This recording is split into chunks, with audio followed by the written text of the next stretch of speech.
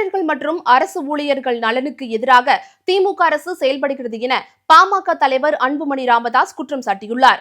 இது தொடர்பாக அவர் வெளியிட்டுள்ள அறிக்கையில், கடந்த ஆண்டில் தொடக்க கல்வித்துறையில் பணியாற்றி ஓய்வு பெற்றவர்களில் சுமார் 1000 ஆசிரியர்களுக்கு இன்னும் ஓய்வு கால பயன்கள் வழங்கப்படவில்லை என குற்றம் சாட்டினார்.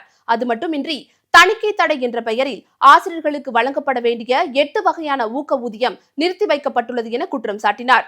ஆசிரியர்களுக்கு சேர வேண்டிய ஊக்க ஊதியத்தை வழங்க தமிழக அரசு மறுக்கிறது என குற்றம் சாட்டினார்.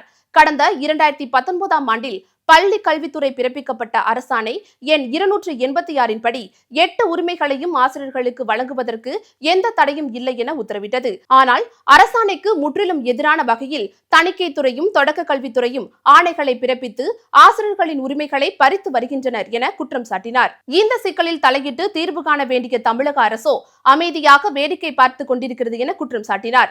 தமிழ்நாட்டில் விடுதலைக்கு பிந்தைய காலத்தில் அரசு ஊழியர்கள் மற்றும் ஆசிரியர்களின் நலன்களுக்கு எதிராக மிக மோசமாக செயல்படும் அரசு என்றால் அது மு.க. ஸ்டாலின் தலைமையிலான அரசுதான் என விமர்சித்துள்ளார்.